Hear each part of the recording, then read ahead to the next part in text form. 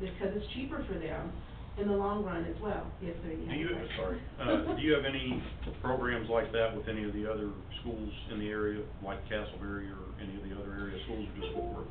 Just Fort Worth, but that doesn't mean we can't get out and talk to other schools. And that's what our goal is to, actually, I spoke with the Young Women's Leadership Academy, that's right there next to our Fort Worth Central Station. I talked to about 35 of their parents about the travel training to get those students used to using transit, because a lot of students are not driving as quick as they used to. We were coming up, we were 16, we were ready for our license. Now students are talking and texting and Facebooking and all that. We don't want them driving, doing all that, so let's put them on the bus, right? And then our other service, the big service, is TexRail, of course. Our TexRail, mainly, that's the highlight of what we've done so far. That's downtown Fort Worth, connecting you to DFW International Airport, and you have cities in between. We have 9 rail stations along our TexRail corridor. And then we started the Dash. The Dash is the red bus you see there. That's our first electric bus that was introduced to our already clean fleet. We have a fleet of CNG vehicles, so we're continuing to make sure we are doing our part in air quality, making sure there are no diesel vehicles in the communities. So that service runs on, connects you to downtown Fort Worth to the Culture District, and that runs every 15 minutes as well. The GoPass app, I think you know about the GoPass app. You can download that app on your smartphone, and you can pay for your transit passes there. You can actually hold those transit passes in your wallet until you're really ready to use them. You don't have to just purchase as soon as you download and choose your pass. So that's one of those tools that we're trying to make sure that our customers are successful using. And we're working on more enhancements on that app to where you can actually plan your trip when you're paying for your pass, and you can actually see your bus on the map to see where your bus is. So we're making some good strides there. And then lastly, our Fort Worth bike sharing group, they came on board. They're now a part of Trinity Metro. So another mode of transit, giving people more options so they can have choices of how they want to get around in the city. Hang on. Yes, sir. Did you mean to bypass one? Zip zone? I was kind of curious about your zip zones, if that's what I think it is.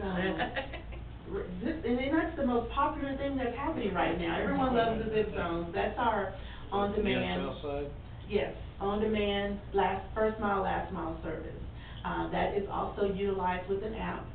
You can pay for your pass. The great thing about it is that your day pass will cover your ride on the zip zone. So there's an area, we have zip zones in different areas. Alliance was our first zip zone that we put in place. That's to get people to their jobs once they get off at the bus stop in Alliance, because it's so spread out. People were walking more than a mile. Once they get off the bus, they were tired by the time they got to work. So we started our zip zone there, and then we moved on to Mercantile. We have the Southside zip zone and the Southeast zip zone as well. So those are growing, and we put in a lot more zip zones during our ABC implementation. So you'll see those out. How does that work? Does they get off the bus and a smaller vehicle picks them up and takes them? It all depends on where you are. If you're in the zone and the zip zone is that zone, you can download the app and book your ride like an Uber. You can book your ride, and they'll come pick you up and take you where you need to go. If you are, it also connects you to transit hubs. So if you are in downtown Fort Worth and you're getting your zip zone, it can take you to a transfer center, it can take you to the rail station, and then you can continue on your transit journey that way as well. But to be clear, that it's not an Uber company, it's just part of your Yes. umbrella. Part of Trinity Metro. But is there anything out here in the River Oak area like that? No, is there one close? There's only the one in Mercantile. Mercantile would be the closest. That's the closest. So when you're saying Mercantile, you're talking about the antique mall or the traffic circle? No, And our Mercantile rail station. It's our Mercantile rail station, the TexRail station. And then, so our next steps, we really want to make sure that we continue our strong relationship with River Oak. So these are the things that we want to continue to do. We want to really establish a regular time that we can come and update your council. Whenever you need us to be here, we want to be able to be here for you. We also want to share changes in the transit system that we're having. Anytime we have any changes, and I send Marvin information, and he's Johnny on the spot, he put it right on the website, which is awesome. So anytime we have updates and changes, we'll continue to send those to Marvin, so. He's your getting better, citizens- you know, he didn't used to be very good. He's getting better. Great job, Marvin. No, he's excellent. He's Yeah. excellent. But anytime we make those changes, we want you to know about them as well. And we want to, again, continue to have monthly ridership updates for you, as many times as you want us to come. If you want to do it quarterly, fine. If you want to do it monthly, I know we still send Marvin the updates every month, but if you want us here, so we can have conversation, if you have any questions, we'll be here, or you can definitely call us, and we can talk then. Thank you. Thank you. Thank you. Can I ask you, the board that y'all have with the others, with the other participating cities and stuff, board Yes. that you currently have, are there any representatives from those cities on that board? For you, the board, our current transit board, so we have, City of Fort Worth is our member city. We have 2 member cities, and that's the City of Fort Worth and the City of Blue Mound. So those are the representatives that are on our board. And then, the City of Blue Mound is our city, but Tarrant County appoints 3 of our board members. And those, we have one representing, Grapevine, and North Richland Hills, and then, Tarrant County as a whole. But, the list that you had up earlier, I think when. Yes, sir. Was Forest Hill and some of those other. We don't have any other representatives. So there's no. So the representative. partners aren't members, so the partners are That's not right. represented on the board. That's Right. Okay. And the partners are paying for the service that they're receiving. The members are the cities whose citizens voted for half-cent sales tax to be dedicated to public transportation.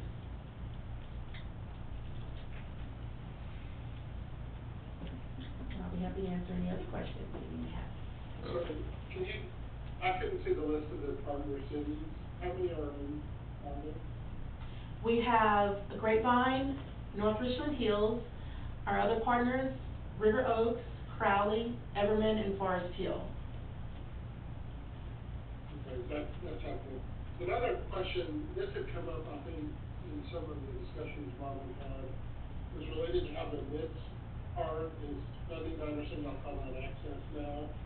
Yes. But as I recall, we pay a, the fee for that service per ride. So does the person using the service, do they pay a fee per ride as well, or not? Yes, you all pay, your fee of $31.76 per trip, and each passenger, they pay for the transit ticket, it's $4 per trip. Per trip is one way. Okay, so the Yes. thing that, the comment that was made was that MHMR and some of the other medical, I guess, providers were buying, some sort of vouchers or something. So how does that fit in with the payments that you already mentioned? All right, well, thank you for that question. So access is a service that is required. When we're providing a fixed route service in a city, we have to provide by law, access service, that's paratransit service. And so that is a separate invoice for, River Oaks. There are organizations that we do business with who purchase passes on a monthly basis from us, like some Catholic Charities, or if there's a customer that is on Medicaid, they can reach out to those different organizations and, let them know they are certified as an access rider, and they can talk with them about giving them a book of passes, because they come in a book of 10, that's what our customers pay for. And they're able to get those passes at no charge for them. And But we're still paying the charge, correct? Yes, you're paying for the service. So Yes. it Per ride. replaces their out-of-pocket costs, is what it is. Yes, but remember, this month is half price for the customer. They only have to pay $2 per trip. But it's not half price for the city, right? No, sir. We're spending a lot of money, and I'm just gonna say it, it's gonna come up, we're getting complaints. Yeah. And when I get phone calls with when I go have to get somebody, cause y'all left them stranded with nets, Mhm.